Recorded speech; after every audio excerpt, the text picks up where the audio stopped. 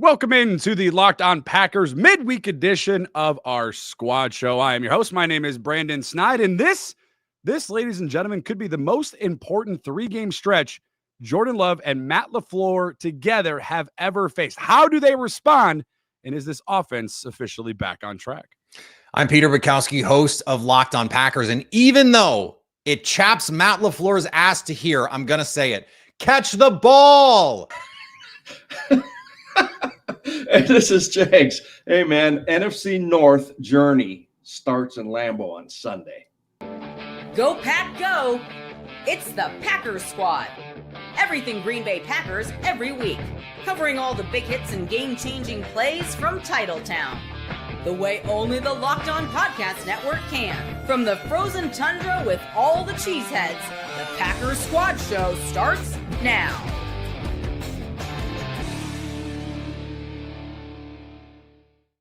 You are Locked On Packers, part of the Locked On Podcast Network, your team every day. Follow the podcast on Twitter at Locked On Packers. Like us on Facebook. Subscribe to the podcast, Apple, Google, Spotify. Wherever you find podcasts, you will certainly find the Locked On Packers podcast, the number one Packers podcast on the internet. And the show for fans who know what happened, they want to know why and how. As always, thanks to everyone who makes Locked On Packers their first listen each and every day. Today's episode is brought to you by FanDuel. Right now, new customers can bet just $5. And if your bet wins, you'll get $300 in bonus bets to use across the app. The Packers, ladies and gentlemen, getting back on track Sunday afternoon in New York, the 27-20 win. Is this team officially back? We'll certainly get into that on tonight's show. We'll also take a look at this Vikings matchup in just a handful of days happening over there at Lambeau Field. Plus, what is your biggest concern coming out of that Week 11 win in the Big Apple with this Packers team? Is it injuries? It's the ongoing kicking situation. We will give you our answers. And, of course, at the end of the show, we will give you our final score predictions. But like we always do on our midweek edition show of the Squad Show, we begin with our eyes on the enemy. This time it is the Minnesota Vikings, fresh off a walk-off loss from Cairo Santos and the Bears. The Vikings entering this week, maybe some desperation out of Minnesota, 4-6 following that loss, and question marks all over the place. It begins at their quarterback. And Peter, I'm going to begin with you. It's game one of a three-game divisional stretch of crucial games for the Packers, Minnesota Vikings, the Detroit Lions on Thanksgiving, followed by the Bears. Oh my, is this, Peter, a must-win game against the Minnesota Vikings at Lambeau Field? By the way, the Packers have now lost back-to-back games at Lambeau Field, so they also need a rebound at home. Is this a must-win game? It's a must-win game for both teams. Like, the Vikings season is on the line, and the Packers playoff, it's not just their playoff hopes, but their playoff positioning on the line. If they want to win the division, you have to win your division games. We talked about this to open the season with Coach Jags, right? You got to win your division games, you got to win your home games, and you got to go 500 on the road. Well, we've had some issues if you're the Packers at home, and so now you have to get that straightened out. Because you're going to play the Vikings at home. You're going to play the Bears at home. You're going to play the Ravens at home. That's going to mean the Ravens are going to be in full playoff mode by that time, trying to win every game they can to claw their way back in the AFC. So these games now, and they got to go to Denver still, guys. So these games right now are crucial as they set forth here. Plus, you really get a chance to put a nail in the Vikings season in these games. And think back to 2022. Did they have the best team that year? No, they did not. But they got a chance to put it on the Minnesota Vikings, who were, they had the nice record. The Packers didn't. And what's the saying, Jags? Every week you're eligible for what? An ass kicking. And the Packers gave it to the Minnesota Vikings in 2022 and then some. Okay. So This is an opportunity against a quarterback who, if you watch social media at all, they wanted JJ McCarthy benched at halftime last week. You want to put Justin Jefferson is on the sideline throwing helmets. The receivers do not seem super into the quarterback. What's the best way to end this Vikings season? Start fast, put some doubt in all of their minds, and then end their season. Yeah. I tell you, I'm glad we're in Lambeau this week rather than go up to Minneapolis. I really do. Because I think that's going to be a big boost for us. And Peter, you just talked about some of the things when things start going wrong. That's how you can tell what the quality and what your image of your team is when things go wrong. When things are going right, everybody's a good coach. But when things are not going right, that's how you respond, is what your team really is. Yeah, unless you're AJ Brown and the Eagles, and then you're winning games. Well, that would need to stop. Winning games and Super Bowls, and you're That's just, not that's not I don't understand that at all. But he's a receiver, and that's how receivers act. Like, like we thought Jaden Reed was going to be back because he posted an Instagram him in his uniform, and then he's not at practice. So it's like, okay, I guess we'll just see on that one. Coach, you've been in the locker rooms, you've been in the building during these divisional games. Now, Matt LaFleur, Jordan Love, Xavier McKinney, they'll go to the locker room and say, well, it's a game that we got to win. We got to have.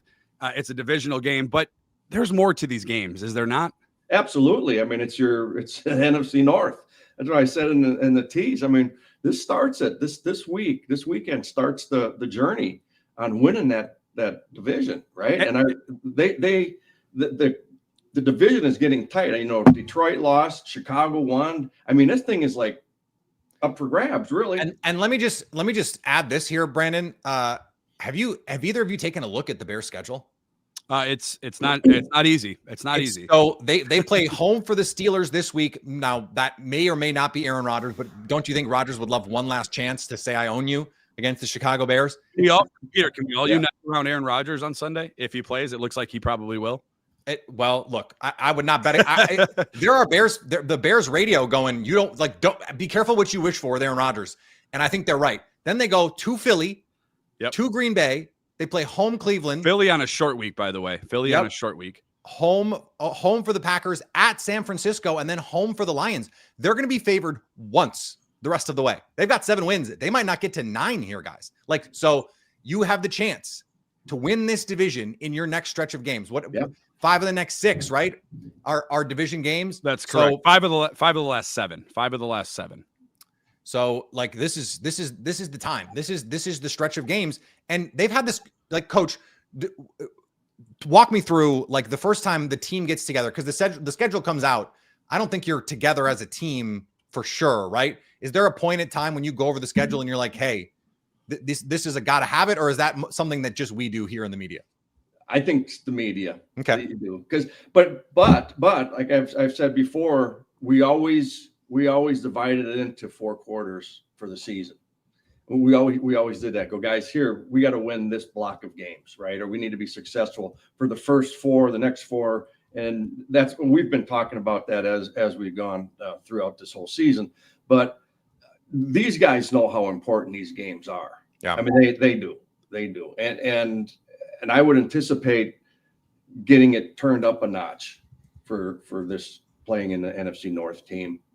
Coach, how important during your time in Green Bay, how important was it to win the NFC North? Where did you guys put it on your list of things to accomplish? It was huge. And if you guys ever if you've gotten inside the indoor facility, they got banners upon banners upon banners of NFC North titles, So yeah, that's like really the first part of it. But you'd like to win that, because if you're winning the North, you know that you're going to be slotted pretty well high in the playoffs.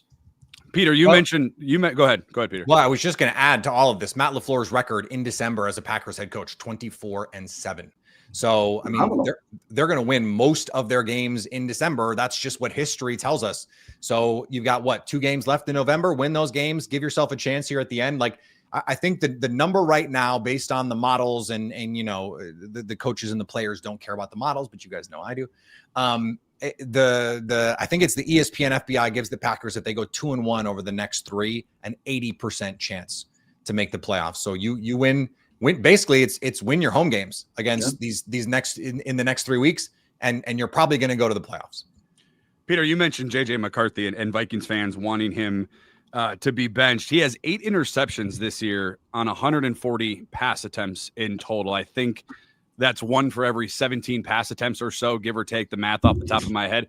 Is this the week, Peter? We saw opportunities. You saw opportunities in person for this Packers defense to capitalize on balls that were thrown their way, both sides of the ball, quite frankly, but most importantly, defensive, where they're not generating turnovers enough, tied for 28th in the NFL. Is this the week where you got to see it?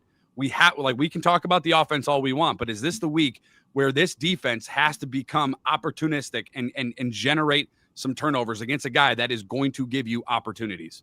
I started in the open. You got to catch the ball. Just catch the ball. And what did Charles Woodson, one of the greatest quotes in sports that I can remember, as a defensive player, he said, if you catch the ones they throw to you, you'll be an all-pro. Just catch the ones they throw to you because they're going to throw some to you. Sure. You have to make the plays. Now, coach, if the DBs could catch, they'd be what? Wide receivers. Okay, so this is part maybe of not this on is part of Green the Bay, problem. but This is so, guys. I'm telling you, that is so true. It is so true. 100%. I was with a guy that couldn't catch. We call him K-Wop because there's K-Wop off of his deal. No, it was East Carolina. His name was Emmanuel McDaniel, and he played in the league for years. Yeah. I remember. Yeah. So look, Xavier McKinney has great ball skills. Keyshawn Nixon has great ball skills.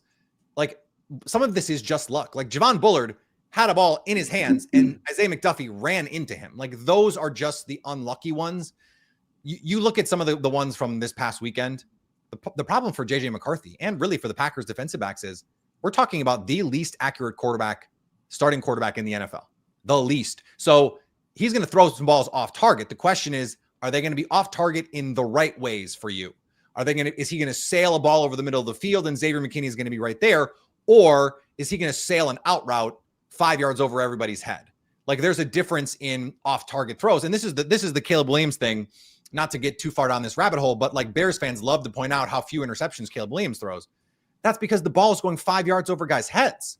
So like no one's in a position to make a play on it. So like that's the JJ McCarthy issue.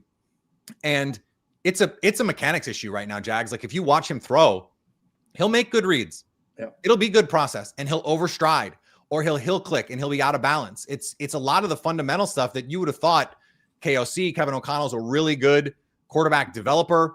The joke right now is they need to cut JJ McCarthy and then sign him so they can do the reclamation project that KOC is so good at. Yeah. And like those are the jokes on Vikings Twitter. Like that's what they're saying about their guy. Yeah. And we can't forget the Vikings longingly batted their eyes at Aaron Rodgers. Mm-hmm. They wanted to re-sign Sam Darnold. Mm-hmm. They could have re-signed Daniel Jones. They had a lot of opportunities, and that adds to the pressure here, Brandon, because Justin Jefferson knows Sam Darnold could be throwing him the ball. He knows Daniel Jones could be throwing him the ball, and instead it's this 21-year-old who created an alter ego for himself, like he's George freaking Costanza. Like this stuff is not playing well in the locker room. I'm telling you, like these guys, we are getting to mutiny territory in Minnesota. And all the Packers have to do is just let it happen. Just let it happen. Catch the balls that they throw to you, and they're gonna get two on Sunday. I'm telling you. Well, they've had their chances, right? They sure have. And again, we've always talked about like sometimes like these turnovers. I know that Heffley really stresses that, and it's part of the defensive identity to get turnovers. We haven't gotten a lot this year. Right. But sometimes, they just come in droves, though, right? It's like, holy crap. And all of a sudden you get three of them, right? I do wonder too, Coach, and I kind of talked myself out of it as I did the show earlier in the week. I was like, hey, this is maybe the week to show a little bit more pressure. And then the more I thought about it, I'm like, yeah, but I kind of don't want to give these receivers one-on-one opportunities down the field. I kind of just want to see them play the way they've been playing, put a roof on everything, and make JJ McCarthy play quarterback. I think sometimes we get so enamored with let's blitz the rookie, let's try and speed things up. Sometimes that simplifies things for a rookie quarterback. Yeah, like, hey, let me just throw the ball down the field on a rail shot to Justin Jefferson and let him make a play. Whereas, okay, if we're going to make him sit back there and go 1, 2, 3, well, that's where he has accuracy problems. It's just sitting back and like he can't make throws from a clean pocket. So why give them extra opportunities one-on-one when you don't have to do that? Send your cloud to JJ's side and make him throw to Jordan Addison, make him throw to Jalen Naylor, make him throw to these other guys and dare them to run the football because they haven't been able really to do it successfully all year. Yeah. I think you're talking about a first year quarterback, right? And I got 2 points I wanted to make. A lot of times if you go look back, college or pro, a 2-to-1 touchdown to interception deal, that happens a lot, right? Yeah. It's a 2-to-1 deal. And correct me if I'm wrong, but I've seen that. I've seen that before. Let me just point this out. So imagine what Love would look like first year. He's in his third now, right? Yeah, third season. What would he look like? And I go, would the Packer fans going like, we need to get this guy cut? Obviously McCarthy's got tools. He does. Yeah. And he's young. Well, and they didn't ask him to do a lot in Michigan either, Coach. He managed the game at Michigan. I think in the national title game he threw 9 times. I think it was right around that. So they didn't ask him to carry an offense, Coach. To your point, and coming from Michigan into Minnesota, that was kind of their hope because of the guys that Peter had kind of rattled off: Jordan Addison, Justin Jefferson, Aaron Jones in the backfield as well. And I tried to tell people, Brandon, I tried to tell Vikings fans, and fan is short for fanatic. I get it. But like the idea that he was just going to come in as a de facto rookie and replicate what Sam Darnold did last year when Sam Darnold was probably like a top 10 quarterback, a top 12 quarterback. Rookies don't walk into the league like that unless they are special, unless they're Justin Herbert, unless they're Jaden Daniels. Like those guys, Patrick Mahomes in his first year as a starter, he wasn't even a rookie. Like apparently that was one of those deals, coach, where like he couldn't even identify the Mike linebacker as a rookie. You need that time. So let's just talk. You were Brandon. I want to jump what you were saying about like what he had to do at Michigan, right? Cover 3 in college looks like cover 3, right? That quarterback, when he sticks his hands underneath center, he starts that cadence. What he's seeing in the secondary isn't what it's going to be. Right. It changes. I mean, it's not. Those guys just don't sit there like I'm just going to sit in this shell or I'm going to sit in this coverage. It changes all the time. And for a guy coming from Michigan that threw the ball 9 times, to go against these defensive coordinators that have their job is to go ahead and mess up the quarterback reads, especially for a young guy. So, yeah, it's difficult for those young guys to go, and I'm glad it is. I'm glad the guy's having a hard time. I really am. No, I mean, look. I mean, it's all of NFL. us. He's getting paid too, coach. So yeah, you can't feel bad for the guy. Nope. There is some odd comparison, though, if you look at that Vikings team, Peter, compared to the 2023 Packers team. Remember, that was the first year. Yeah. Jordan Love was the starter. He sat prior. J.J. McCarthy also sat. The Packers at this point, believe it or not, were also 4-6 at this point in their season, and that's when Jordan Love really turned it on and Matt LaFleur turned it on, and Aaron Jones was also a part of that 2023 team. He's part of that Viking team now, so there is some comparison. Now, we can talk about J.J. McCarthy and his struggles. Justin Jefferson, 2 touchdowns on the year, the fewest through 10 games in his career. But Peter, what is the one area of this game that is concerning the most to you? I mean, it's the accuracy part. I mean, he has pretty good processing, I think. And for a young player, that's really encouraging. The question is, like, how much is that stuff fixable? And I think we've over-indexed on the Josh Allens of the world, where we go, okay, he was an inaccurate quarterback to start his NFL career. But what you saw was, I mean, one of the most physically gifted players we've ever seen at the position. J.J. McCarthy is just not that. I mean, he's 6'1". I think he got up to 215 at the combine, but he's probably like 180, 195. Like, he's not a big guy. So he's just like, what is the upside really for him? He's mobile enough, but he's not even Caleb Williams level as an athlete. So it's sort of like, okay, what's the best case scenario for him? Can he be, because we forget, we joke about Tom Brady's physical tools. Tom Brady's 6'5", 230. Like, he was a big with a cannon for an arm. That's not J.J. McCarthy for all the Michigan man propaganda you want to add in there. And so the inaccuracy, the fundamental stuff, like, some of this is just feel and touch, and accuracy is a skill, but it's one of those skills that's really hard to develop. I think you have to have more natural ability. And I just, like, I don't know how much of a ceiling there is for him. Like, Sam Darnold became a really good football player last week, notwithstanding, right? He throws 4 interceptions in that game. But the talent, like, the talent was always there. He needed to get things together. I just don't know how talented J.J. McCarthy is. That's the problem. You know, the thing is, the pass rushes he's seeing, you know how great Ohio State is? Yeah. Take any NFL defensive line, they're better. Yeah. They're better. As good as Ohio State is. Like, yeah, I mean, exactly. But just think of just that, there's levels right? to it. Right. Yeah, there is. But I'm just saying, like, seeing those defensive lines. He hasn't seen Micah Parsons yet. No. And and the guy we're going to talk about later on, he ain't seen him either, but he could be in his lap this week. Peter, before we move on, one reason this Packers team will win on Sunday and one reason this Packers team will lose on Sunday. Oh. I think one reason that they would win is I just don't know that Minnesota is going to score enough points. And this defensive back group for the Vikings, like, Brian Flores can cook up all the fun stuff he wants, but it's ultimately, Jags talks about this all the time, it's ultimately the players. You can be an awesome schemer. Matt LaFleur dialed up some awesome plays on Sunday. Guys didn't catch the ball. And so if you don't have corners to cover the receivers, it doesn't matter how good a schemer your defensive coordinator is. You're not going to trick an NFL quarterback 30 times. Like, you're just not. If he drops back 30, 35 times, you might trick him. Like, what's a high end, coach? 5? Yeah. 8 would be a really good day for the defense. So now you've got 22 other opportunities. If you're Jordan Love, you know what they're going to be in. You identify it and you get to your answers. And given the level of, I mentioned this on our show yesterday, Brandon, I think you can make the case that if not two of the best games of Jordan Love's career came in the last month. Like, that's a trend that I think you can really I would agree with that. Yeah. PFF would agree with that. The Steelers game and the Giants game, he was unbelievable on Sunday, guys. And I listened to the squad show. I thought you guys did a great job of pointing out, like, this team, for all the inconsistencies, Jordan Love kind of willed them to a win at the end and made every play that you needed him to make. When you have that guy, I've been saying this for 2 years now. If you have Matt LaFleur and you have Jordan Love, you can win any game. That's how good those guys are at their job. The other side of this is we've seen the blueprint against this team.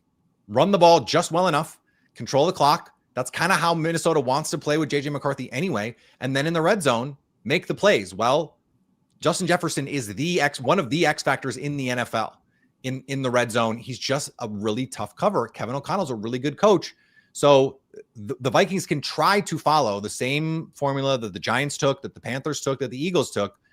I don't know if they can pull it off, but we've seen inferior opponents, talent-wise, make it work. Well, you've seen the game plan of what people want to do. It's been the same for the last 3 weeks. You got to start creating some negative plays, coach. You got to get some TFLs. You got to get some sacks. You got to get some takeaways.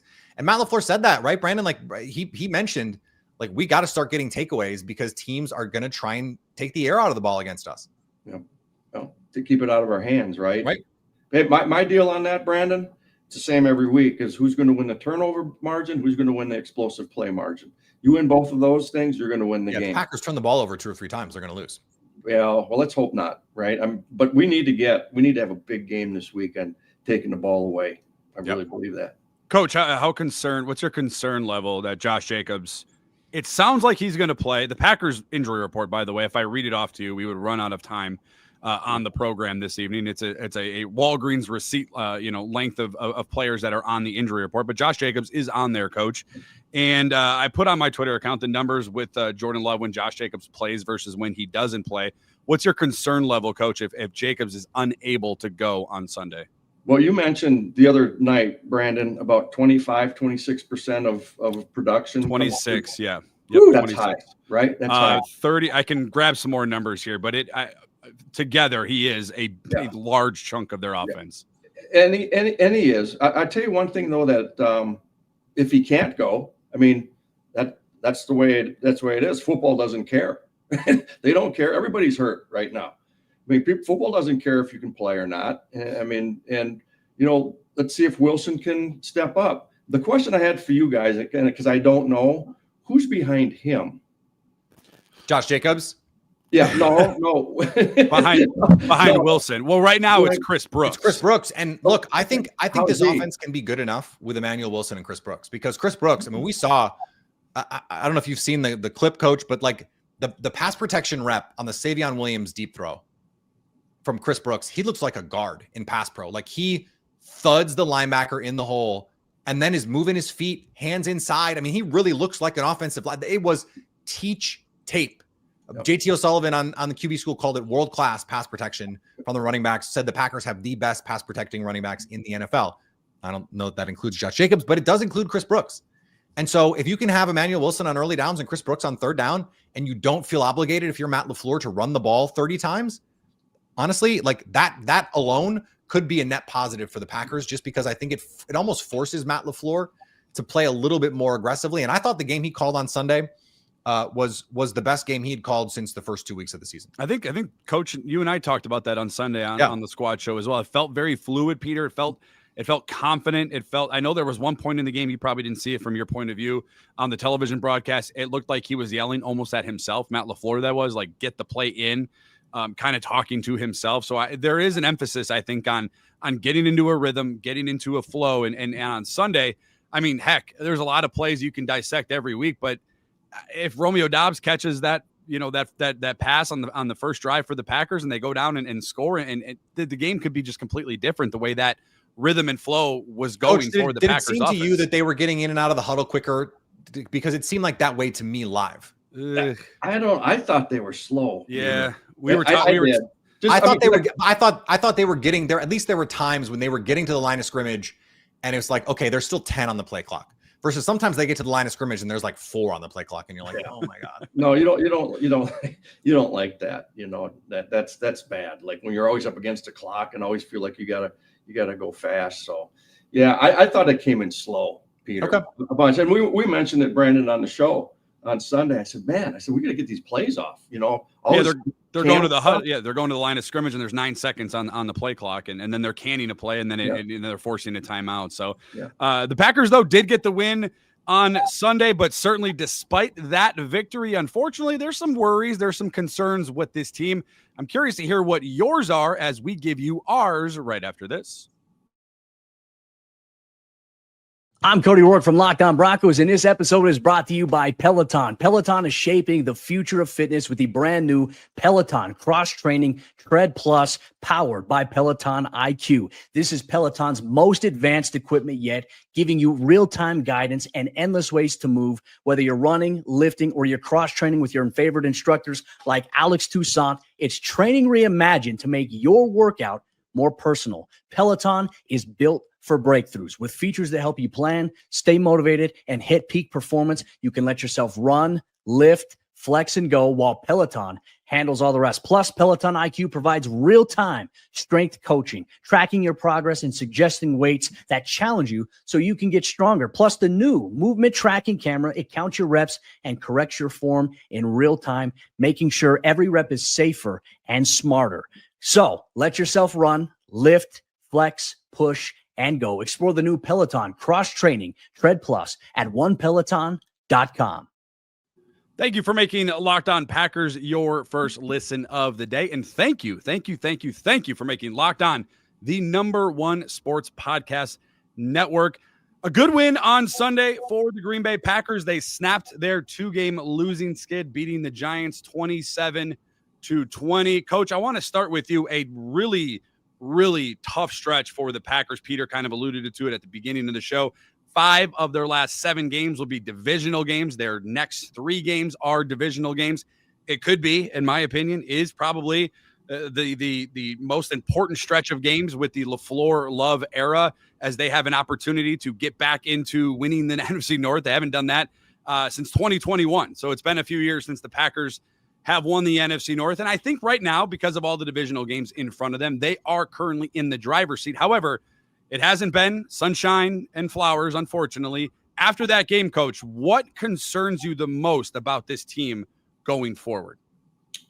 I would say the production of the defensive line and getting pressure on the quarterback. We all know what Parsons can do. And I don't know, Brandon, we had talked about in the group chat, it may be coming up, but we need to have more production from even really the whole front 7, to be honest with you. I think they need to be better. We need to get to the quarterback, and even if we're like getting pressures on them, I just see a lot of clean pockets right now. Yeah. And I mean, Parsons is the only guy I see like this is so disruptive, but the other guys I'm going like kind of pedestrian, like where the hell are they?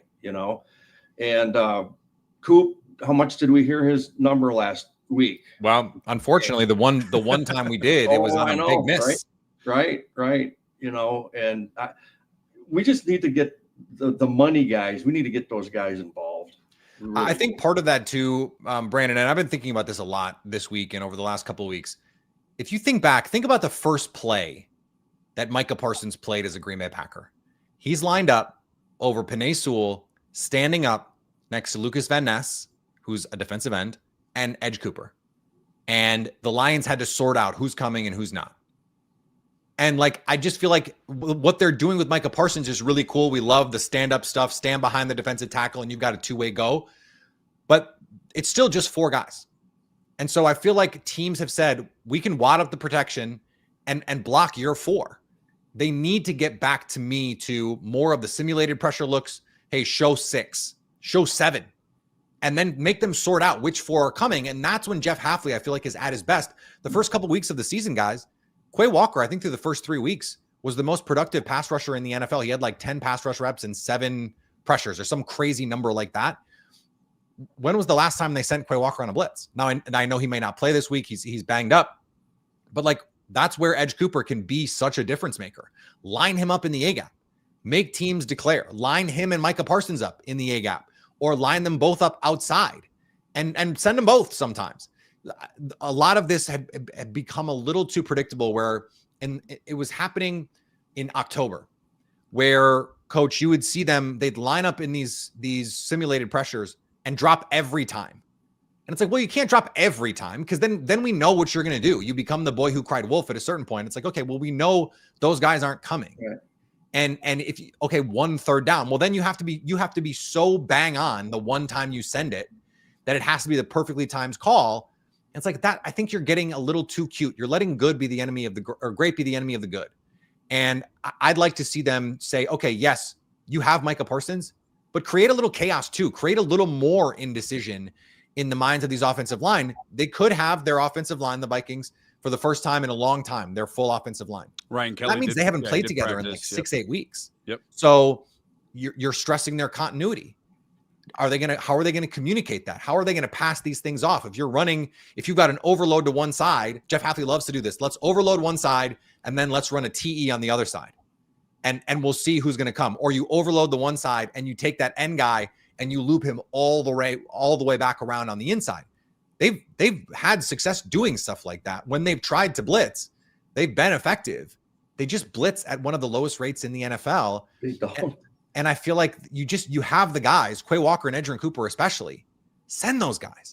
Let them be difference makers, go chasing quarterbacks. Because I just like, and you don't have to be Brian Flores. You don't have to be crazy. You don't have to blitz 60% of the time. I'm not saying that. But how about from they're at like 15, 18%. How about you get it to 25? You get it to 28%. That's 2 or 3 more blitzes a game. That could be the difference in getting that big turnover, getting that big sack, getting that big forced incompletion on a 3rd down. That can be the difference in a game that you're sweating out in the 4th quarter versus a game that you're comfortably leading, where like the Giants game, they could have won the Giants game by 20, but they just didn't quite make the plays that are there. Sometimes I want to see them force it a little bit more defensively. So you're in with coach then. Yeah. I got to go against you guys. I love you guys, but I got to go. I can't, there's nothing outside of the defense and not getting enough turnovers. As I mentioned, 28th in the NFL in generating turnovers. Had, I think, 5. Javon Bullard probably goes for 6. Do you think Isaiah McDuffie, you guys, gets a credit for a PBU on that? on that Javon, that one made me stand up off the couch on Sunday. But that was an opportunity for the defense to kind of get that turnover number into a better direction. But they certainly didn't. But it's hard for me to really sit here and criticize anything defensively that this Packers team has been able to do, right? Like they're being talked in the same category as the 2000 Ravens defense, right? They're 13 points per game in losses. So it's hard. Again, only 3 losses, 9 points in total over those 3 losses. So I understand where the concerns, where the frustrations are with the defensive front. We'll talk about some of that coming up in the next segment. But for me, you guys, it's the complete opposite side of the ball. It's the offensive line for the Green Bay Packers. And I don't really know if there's a solution to it right now. Obviously, losing Elton Jenkins to potentially looks like it could probably be season ending. Maybe his career in Green Bay is done as well, depending on what Brian Gutekunst in the front office want to do going forward. But for me, it's the offensive line. And really, I don't necessarily worry about Zach Tom. I don't really necessarily worry a ton about Rasheed Walker. I'd like to see him chop he down hasn't those. Played to his standard. He hasn't played I to don't his think standard. He's been as good as we've seen him play. Correct. I would agree with that. But the middle 3 guys and Sean Ryan, I'll give him a little bit of a grace period to get into to reacclimate into the center position. But Aaron Banks, you signed up for $77 million. I haven't seen it yet. He was better against the Giants. I'll give him that. I thought he was good against the Giants. Again, Jordan Morgan, which I'm big on Jordan Morgan. I know it wasn't a very popular pick, rightfully so, especially when you see Cooper DeJean ball out in the Super Bowl when you had an opportunity to take him. But he might be out of position, Peter, at right guard there for the Green Bay Packers. But for me, my biggest concern is the offensive line, because if you're not going to be able to block, Jordan Love's not going to be able to operate. A handful of those throws, you guys, on Sunday, Jordan Love was balling in the pocket with a guy in his face. That 3rd and 10 pass to Savion Williams, I don't know who was in his lap. It might have been Dexter Lawrence. It might have been Brian Burns. I don't know. but he was being hit as he's making that throw to Savion Williams, and he was under duress all game on Sunday and up the. I mean, at one point, Jordan Morgan completely whiffed or just didn't decide to block Dexter Lawrence, and he chases down Jordan Love, forces an early throw, takes the offense out of rhythm. If you can't block up front, you guys know this. I'm not breaking any news. You're not going to be able to run the ball. If you can't run the ball, it takes away your ability to do play action. So that is my concern with this team going forward. I know the receivers had a lot of drops. I know Romeo Doubs, who I will make the argument has some of the strongest hands on the team, will not have more than 2 drops in a game. Again, maybe throughout the course of his career. It was a bad game from Romeo Doubs. I'm not worried about the kicking game. Obviously, you want the kicking situation to be a little bit better. Peter, you were in attendance on TV. It looked like hurricane force winds. It was windy. It sure. I mean, driving there, my car, you could feel. We were in an SUV, and it's, you could feel it. I think I sent out a social media post. Like the wind is going to be a factor. I don't think the wind was a factor on those kicks. Like, we couldn't see from our angle because we were on the side, so we couldn't see how bad he missed it. I had to wait until I came home and saw the TV copy, and I was like, oh my God, like they didn't seem that bad close to me live. Yeah. And he was in the pregame, guys. I mean, he's making 60-yarders. He was. Yeah. Now he was going the way that the wind was less affected. So that was going the other direction. The misses were on the same end, and that was where the wind was kind of swirling. But back to what Coach and I are saying here, Brandon. The Packers defense right now, 15th in EPA per play. Okay. If you exclude turnovers, they're 9th. So if you take everyone's turnovers away, they're a top 10 defense. Down to down, play to play, it feels like that. It feels like that they're a top 10 defense. Yeah. The problem is other teams are just getting turnovers at a higher rate. They're getting off the field in ways that this Packers defense isn't. And like, this is sort of the point that we make about every week you're eligible. If you let a team go 10, 12 plays, like, they're going to make plays. If you give them, simple third downs and those kinds of things, like, it's just hard to be that good every single play if you're not going to get turnovers, you're not going to get pass breakups, you're not going to get sacks. You need those negative splash plays. And it's more for me, like, I think the offense is going to be fine. I want the defense. I feel like there is a way to play this defense that negates what they do best.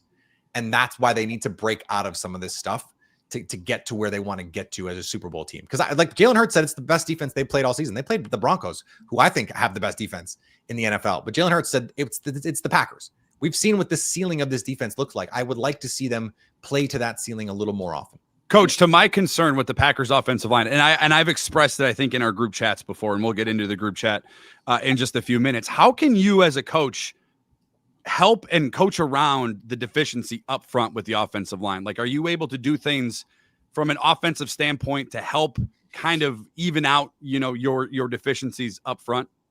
Well, I always felt that you could hide one out of those 5. You can hide one and be able to help them out. But when you're trying to hide 2, then it really becomes a difficult thing. Like, who are you going to help and when are you going to help them? So that was always the question.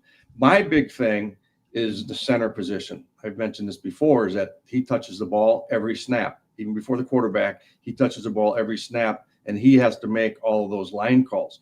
Does he feel comfortable? We had one bad snap. It wasn't that bad, but it was off, right? It was off to the left of Love. But other than that, I thought his snaps were pretty good. 77 didn't, in my opinion, didn't play very good. Jordan Morgan, yeah. I still think you can make the argument. Peter would know better than I would.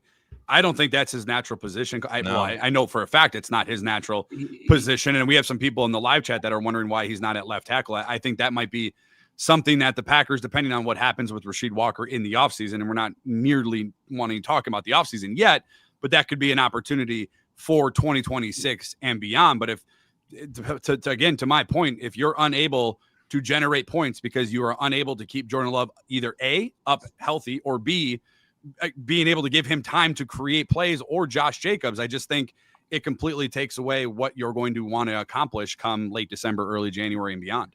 I think you're right about that, Brandon. And we opened the show. What day is today? Yesterday, I think. Talking about the offensive line for this Packers team to get to where they want to get to, the offensive line has to be better. They have to at least play like, Coach, I'm stealing your lines here, but I want Rasheed Walker to play to his standard. He doesn't have to be, Jordan Mailata. Mm-hmm. Just play to your standard. Zach Tom doesn't have to be Penei Sewell. Just play to your standard. And I think they're going to be fine. I think the problem is they've had some guys play below where we know they are capable of playing. Sean Ryan this year. Sean Ryan was so much better last year as a right guard. And maybe it's this, the rotation and Jordan Morgan taking his job, like that's affected him mentally or whatever it is. He doesn't strike me as that kind of guy, frankly. I just don't think he's played very well. And part of this is continuity, right, Coach? We've talked about this before. When they're constantly having to shuffle guys in and out, that creates problems. I think they found something with this 6 offensive lineman thing. We talked about it before they did it. Like their ability to run the ball out of 6 offensive linemen has been better than with 2 tight ends because you've got an offensive lineman instead of a tight end.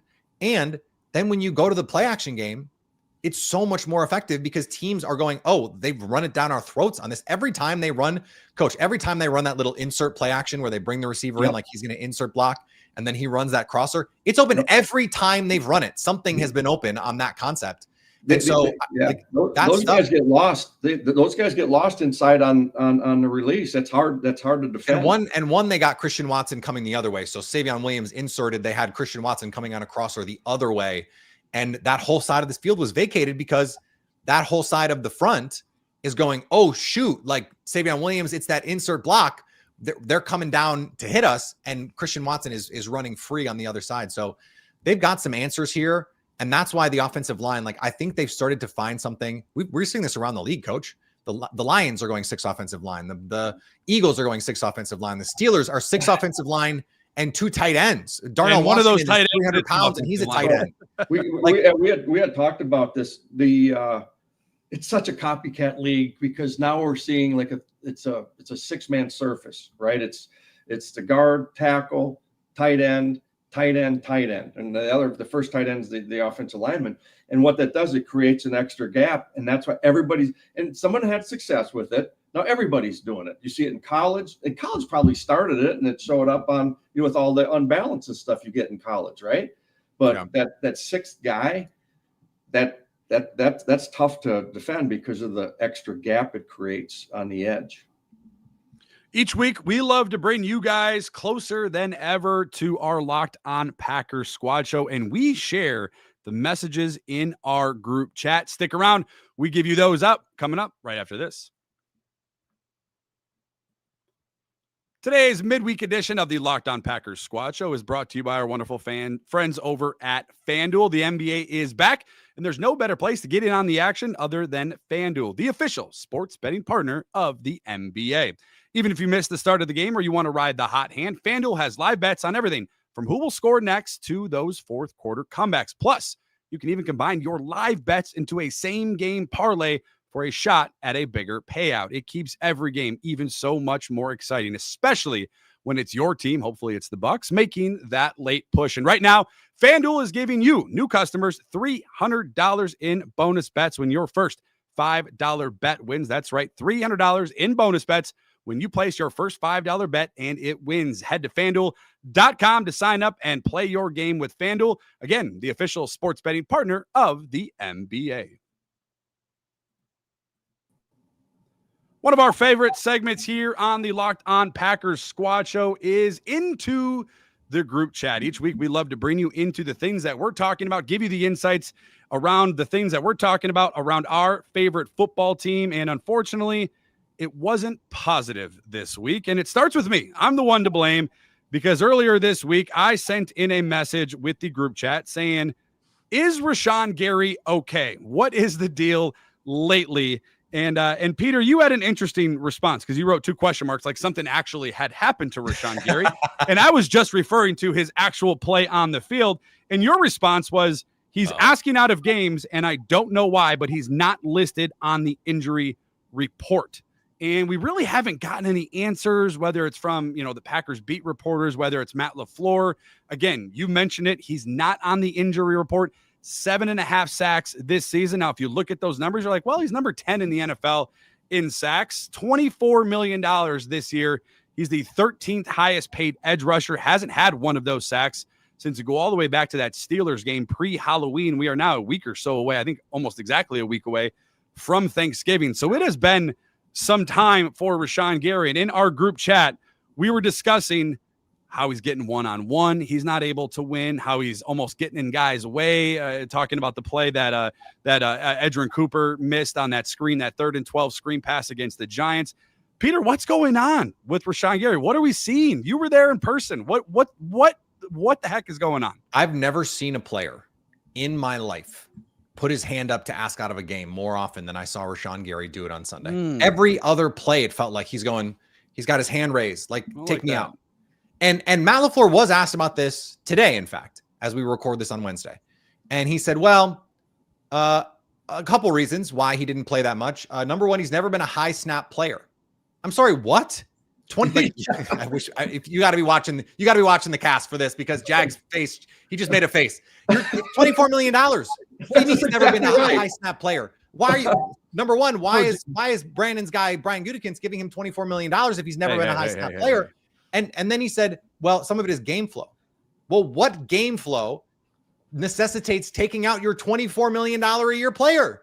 If he can't play, he can play run, he can play pass. So what are we doing? What is the deal? And then the third piece, maybe the most troubling piece, is, Kingsley Enagbare has earned more snaps. I'm sorry, what? No, like, Rashan Gary is supposed to be one of your anchors. I have been one of Rashan Gary's most ardent defenders over the last few years. I don't have any defense for this, guys. There is no excuse for one of your best players to be playing 55% of snaps. Micah Parsons weighs 30 pounds less than Rashan Gary, and he can hold up for 85% of snaps. It's just not good enough, and there's no excuse for it. He has to be out there. How much are they paying him? 24.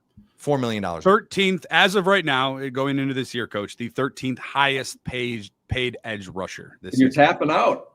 That doesn't even sound right, does it? No. Well, and to make matters worse, Coach, and I'll let you share your thoughts in a minute, Rashan Gary has produced 4 or more pressures during 6 of the Packers' first 7 games. He's only 7 total pressures over the last 3 games, and he's only averaging 18 pass rush snaps per game over those last 3 games as well. But he's not on the injury report, and I don't think the Packers are hiding anything, because obviously there's trouble with the NFL when you do that, but it's also the Packers, and they're super ultra conservative when it comes to the injury report. So something's got to give here, Coach. Well, the thing is we talked about this is early on when Parsons got here. So he's going to get double teamed. I don't care if it's a tight end, if it's an extra back, or if they're always sliding to him. So somebody's got to be singled up. And he's got to start making plays. If he's only playing 55% of the snaps, something's not right. That's the season, it's closer to 70, but the last couple of games, it's been low, and I don't understand it. I will say, for the first time since he signed it, I looked at the contract. Well, not really, but I looked to see when they could get out of the contract. This offseason, it's only $8 million in dead money if they post June 1, and they save almost $20 million on the cap. And it's only $16 million over the next 2 seasons in terms of dead money if they post June 1 him. They don't love to post June 1 guys, but they would save, by my math, over $41 million over the next 26 and 27 by cutting him this offseason. If this stuff continues, you have Lucas Van Ness. My ears perked up when early on Micah Parsons is praising Lucas Van Ness. Yeah, right away. And I was just like, okay, if Micah likes this guy, maybe that says something. They're grooming him. If he can stay on the field, I thought he took a step forward this year in an obvious way. Maybe they just say, look, Rashan, thanks for everything. But we're going to save $40 million over the next 2 seasons. That money's going to go in Micah Parsons' pocket, and we can use another high pick on a defensive end, because that's what Brian Gutekunst probably wants to do anyway. Yeah. Well, he needs to start performing. 7.5. Let's just say he gets another 5 sacks. 12.5 would be a great season. Well, it'd be an awesome season, right? It's like, that's what we paid for. Yeah. But you got to get him on the field. You can't have him off the field. How can you be productive if you're standing on the sideline? That doesn't even make sense. It's the lowest quick pressure rate of his NFL career this season. How can that be when Micah Parsons is on the other side? That's impossible. I don't want to defend him at all. I'm not defending him whatsoever, because even if he finishes with 12.5, I don't think it's a good season when you had 7.5 in the middle of October. Personally, that especially when Mike is on the other side. But Peter, how much weight are you putting into LVN being out during this span of time for Rashan Gary? Well, I think part of it too is, if you look at the Rashan Gary sacks, a couple of them are just straight up unblocked because you're worried about what's happening on the other side. Like they've been like you get the overload on one side with Micah Parsons, and then you're sliding the protection, and all of a sudden one guy's wrong and Rashan Gary's in the quarterback's lap. I think he has 3 or 4 unblocked sacks. They're not high quality sacks where he's, because he's got one move.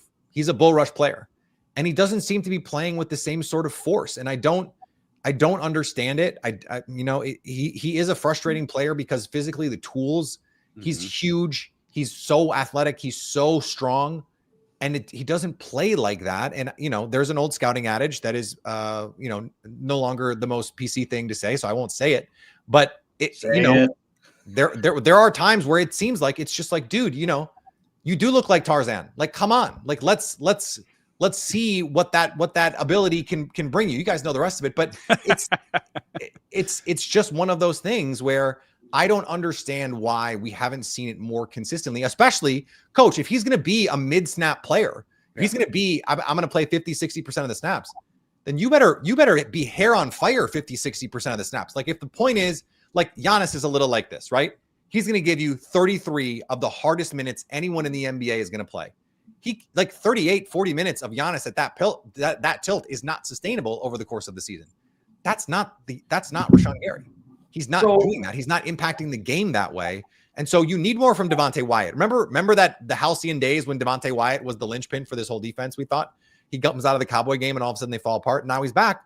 Have you heard his name called in a month? Like that kind of stuff just can't happen. Your highly paid pass rusher, not named Micah Parsons, is not producing. Your former first round pick that you just picked up as 5th year option is not producing. And your other first round pick was producing, but has been hurt. So it's like, yeah, of course it's Micah Parsons and no one, because the guys that you were expecting to do the thing are not doing the thing. I haven't studied it, but I saw online, again, that's just a guy living in his mom's basement saying it, but saying that he's just he's just a bull rusher. And I remember when I was coaching the offensive line, it's like I just had like one pitch. It's like all he can throw is a fastball. That's all you got. That's all you have to prepare for. But if a guy's got a fastball, a curve, a slider, right? I mean, that's different. But if you have the guy doing unless the he's same Miz thing, and throwing the 104. What's that? It was a Brewers reference for Brandon. Okay. Brandon got a good one. Brandon got went right over coach's head. But anyways, I mean, if you have like one move, it's not hard to defend. Yeah, it's just not. If you see the same thing, all of a sudden you get a curveball. Who's that guy? The guy can hit all fastballs, but throw him a curve, he can't hit it. Yeah, you know what I mean. So, but anyways, you need to have more than one. And he was best kind of wide, and then he could get some momentum and really bull rush guys. The thing is he doesn't convert speed to power off like 2 steps. He's not that kind of rusher. Where if you got him condensed down a little bit, if he's playing a little tighter to the formation, he's going to try and run the arc too many times. He's not really flexible and bendy enough to do that.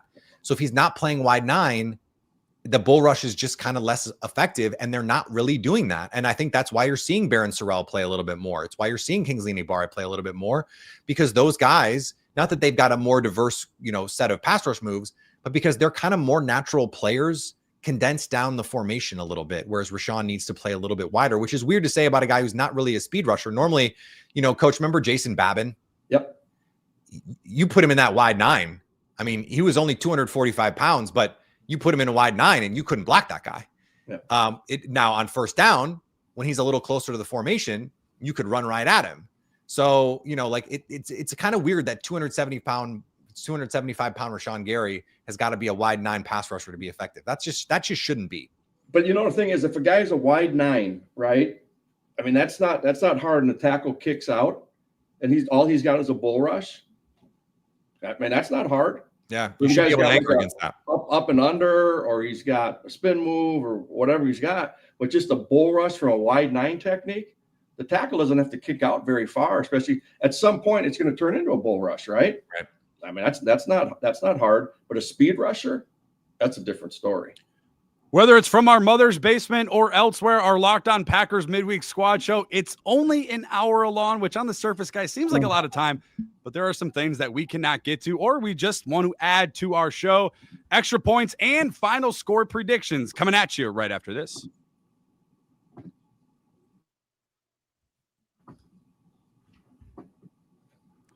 Believe it or not, the Locked On Packers midweek edition of our squad show always flies by. So much great content. We had the eyes on the enemy into the group chat. We looked at the concerns for the Green Bay Packers despite beating the New York Giants. We call this segment, though, our extra points, something we want to emphasize as the Packers go into their game week and our final score predictions, of course. I'm going to lead us off today because I've had enough, you guys, of the Luke Musgrave experiment, and it has nothing to do with Luke Musgrave. I am sick and tired of this Packers offense, whether it be Matt LaFleur or somebody using Luke Musgrave in the same manner that they use Tucker Kraft. Stop putting him out in the flat. Stop making him catch balls at the line of scrimmage. Push Luke Musgrave down the field, please, for the love of everything. Push Luke Musgrave down the field. He is not a line of scrimmage guy. He had 2 snaps, Peter, in that second half. I don't know if you caught that. I know you probably caught up with it after you got back. Had 2 snaps in the second half because he should have had 2 fumbles. I don't know how that second one was. I texted Jason Hirschhorn and I was like, did Luke Musgrave get injured? Because like they don't announce the injuries in the stadium. And I was like, is everything okay? And he was just like, he's just not out there. I still believe in Luke Musgrave. I just think this Packers team, I think Matt LaFleur, Adam Stenavich, whoever is coaching the offense, I think they are just misusing him and not playing to his strengths. I want this team to play to his strengths. He is not an inline blocker. He is not a guy you're going to be able to get behind and run the ball. No. Line him up, let him go downfield, stretch the ball out, or stretch the field out with Luke Musgrave, and please get him using to what he is good at and what we saw on the tape at Oregon State, what we saw in his first year before he got hurt in Green Bay. You guys remember before he got fell on the ball and broke his spleen, he had a terrific, quick, 6 games or so. Stretching the field out for this Packers offense in the middle of the field. The Packers rookie record for tight ends. I'm just tired of. I'm not tired of the experiment on Luke's part. I'm tired of how they're trying to use him, and I hope going forward that is rectified. Going on. This could be the week though, Brandon, because this is a team that loves to play cover 2. And how do you beat cover 2, coach? You got to attack the seams, and you get a big. But they played teams with cover 2 already, and we're seeing that. I mean, what were the Giants playing? I mean, they did play plenty of cover 2. They didn't really send him that way. So my extra point, coach, the cultural reference may go over your head a little bit, but JJ McCarthy is Derek Zoolander. And if you look at the numbers, JJ McCarthy has a 56% catchable throw rate when throwing to his left. No other quarterback in the NFL has a catchable throw rate below 68%. He cannot throw left. Derek Zoolander could not turn left. For those uninitiated, he was a male model, could not turn left. This is like if you're Carrington Valentine, are you even going to see a throw in your area that's on target? Like it's one of those things. And so when Justin Jefferson is lined up on the left, do you have to even cloud that side, coach? Because JJ McCarthy, with the mechanics throwing to his left he's a bad quarterback throwing to his left. He's kind of a bad quarterback overall. But so it's going to be Keyshawn Nixon's going to get plenty of work. You got to make your plays, but JJ McCarthy, Derek Zoolander can't throw left. Well, again, the Zoolander deal, was that Ben? Was that idiot that was the actor? Yes. Ben Stiller, yeah. Ben Stiller. And he was an idiot. I never watched it. No, that wasn't my thing. But anyway, it's great. He would have been a little too old for that at the time. Here's the deal. That was like prime youth for me and Brandon. That was. Well, I was probably doing. You were coaching. You were a grown ass man. There's no way you're watching Zoolander. Yeah, exactly. Here's what I'd like to see this week. If that kid is so unsettled, I'd like to see Hafley bring heat. I'd like to see it. Here's the thing, guys. Just think of it, if you can think of it this way. There's 5 offensive linemen and a back. So there's 6 protectors bringing 4. So you get a double team somewhere, right? Go ahead and bring 5. You still have an extra one in the back. Bring 6. Are we good enough to be in man coverage in the back end? I haven't seen a lot of it. But let's go ahead and bring 6. Bring them all. Go ahead and place them 0. Because I'll tell you this, if the kid can't get it off, he's going to be throwing it up like candy. And another great opportunity for this Packers team to get those takeaways and take advantage of them and ultimately get the offense also back on track and get them some momentum heading into that Thanksgiving matchup against the Lions. It's the Packers. It's the Vikings Sunday afternoon. I got Green Bay 31, Minnesota 24. I do think the Packers score some points. It's probably a bigger deficit, but maybe the Vikings throw a touchdown or so in there late in this game. But I got Green Bay 31, Minnesota 24. The Packers improving to 7-3-1. Peter, what say you? I like it 27-17. I don't know how the Vikings are going to score enough points. 27 is the number. 27 is the magic number. Sorry if Coach, sorry if I took yours. You really did, but I'm gonna beat you on this one. 27-17. All right, guys, I like almost nailed this on the nose last week. I said the game's going to be closer until they beat the crap out of a bad team. I'm not going to predict that they're gonna, and Jameis Winston is a chaos agent of his own. I think I predicted 27-21 or something like that. So I was right in the mix there. We'd have to go back and check the tape, 28-24, something like that. But yeah, the 17, like they couldn't score. They scored 17, at home against a Bears defense that I don't think is anywhere near as good as this Packers defense. And it took literally a last minute drive to get to 17. All right. I want you to be Bob Barker, Brandon, and go, what is it? Go ahead and ask me. Coach, your final score prediction for Sunday with the Packers hosting the Minnesota Vikings. Peter had 27. I'm going to go 28 to win the show. 28-14. I love it. Well, we'll see. We all got the Packers winning. We'll see what happens. Friendly reminder, the Locked On Packers Squad Show and the Daily Show with our guy, Peter Bukowski, they're free and available wherever you guys get audio podcasts, as well as over on YouTube. Make sure you hit that subscribe button. For Peter, for Coach Jags, and for myself, we will sign off for now. Remember, our guy Peter's got you covered all week long on the Daily Show. Make sure you tune in. Make sure you listen and make sure you subscribe. And speaking of Peter, right after the final whistle on Sunday, he will go live for an instant postgame. Then when Peter's done, he comes over to us and you get all three of us for an extra 60 minutes, an hour and a half of Packers postgame, hopefully victory talk right here on Locked On Packers. Thanks to each and every one of you for tuning in. Thank you for making Locked On Packers part of your day each and every single day. And thank you for making Locked On the #1 sports podcast network. And as always, stay Locked On Packers.